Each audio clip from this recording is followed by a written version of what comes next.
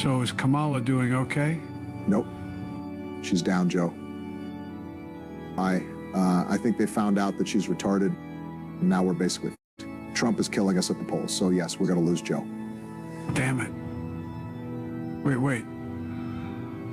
What if I come back to run again? As candidate? Yeah. Well, let me put it this way, Joe. The only person in this world who is even more retarded than Kamala Harris is basically you. So no, Joe, on, man. you're Just not going give me back another in. shot. Let's let it all play out, okay? I am so optimistic right now. The Kamala Harris campaign is completely falling apart. The Fox News interview was possibly the final nail in the coffin, and here we are with only a couple of weeks left before Election Day, okay? Now, of course, that doesn't mean you shouldn't get out and vote. That doesn't mean that we have to sit back on our laurels and wait for the wins to come in. No, you have to make it happen. Volunteer, make phone calls, knock on doors, bring your family, get out there and vote, and make sure you do it early. We have to make it too big to steal, as they say, okay? And we have some even better news on the horizon, as a whole bunch of polling has just dropped. Over here we have, from Fox News, Donald Trump leading 50-48. Now, a lot of people would say, well, that's a Fox News poll. Kamala Harris has been beating Donald Trump in this very poll for months. And to be completely honest, Fox News has a lot of people who have infiltrated in, making it more of a left-leaning organization, right? You still have some big names out there, you still have some conservatives, but they are no longer what they once were. However, it doesn't just stop here. We also have Nate Silver coming back around, okay? Nate Silver, he used to be 538, sold it off, etc. The left just loves him as a polling guru, and here we can see that Donald Trump is now up 50.2 to Harris 49.5. And just a few days ago, Harris was up 58-41. So he has completely flipped. He has changed his mind. He sees the writing on the wall. I mean, check out that sexy graph. That is great to see. But also it gets even better. The Real Clear Politics polling average, right? They take all of their top polls, they put them all together, and they get the results. And Donald Trump is officially beating Kamala Harris in all of the swing states, according to all of the top polls that they are using to get their data. And then, of course, you have Donald Trump winning in a landslide. Check out this map.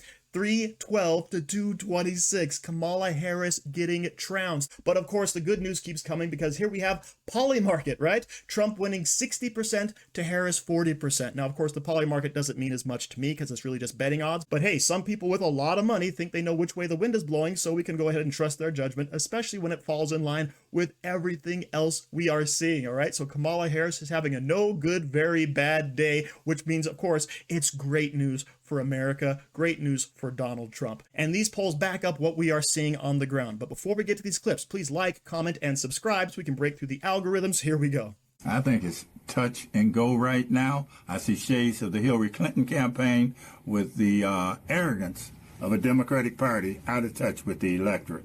The Democratic Party has left black voters in the dust. It's almost like they want to seduce us with Obama. Gas was cheaper. I know that my bills were cheaper. Life was better under President Trump. Today, I'm Trump because my eyes open. I can see that he was doing a lot better than what we're going through right now. You can't even go to the grocery stores right now without making a life decision on what you want to get. You know, you got to compromise.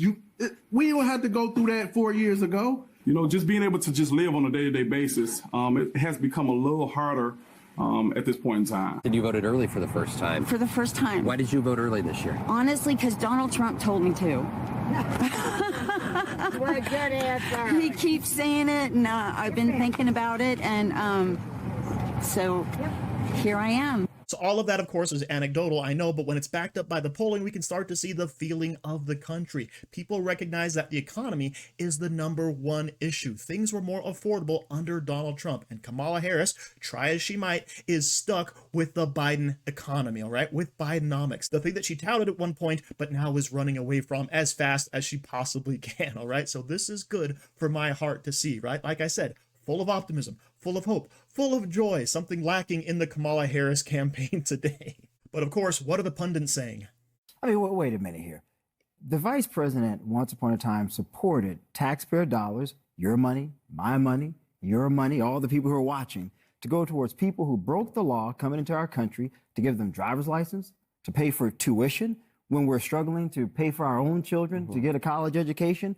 Then her own running mate signed into law in his own state these very things that she's now saying she's now against them. And the American people are supposed to believe that the vice president has now all of a sudden had an epiphany. And all of a sudden, all of her beliefs have magically changed, yet the guy she chose clearly believes these things. And you're flipping it to Republicans? But do you think that this interview helped her, or do you think it hurt her? Well, I want you to remember that in the end, it's not what you say that matters, it's what people will hear. It's not that she did the interview, it's who saw it and what the reaction was. It was a contentious interview. It was very difficult and very alarming to some viewers to see these two individuals arguing with each other. If you're a conservative, you thought that Bret Baier got the better of her. If you're a progressive, you thought that she clearly won. To me, the issue is, did she answer the questions that people care about most on immigration and on prices, on affordability? And I don't think that her answers were of the scope that people were looking for. Specifically, what would you do at the border? Do you take responsibility for what happened? And most importantly, what are you going to do in the future? Now, it was contentious, and Bret jumped on her several times for not being clear and concise. For her effort, she was clear about her views towards immigration in general and specifically the border. But in the end, you have to answer the question, why did it get this way? And I don't feel like she gave that answer.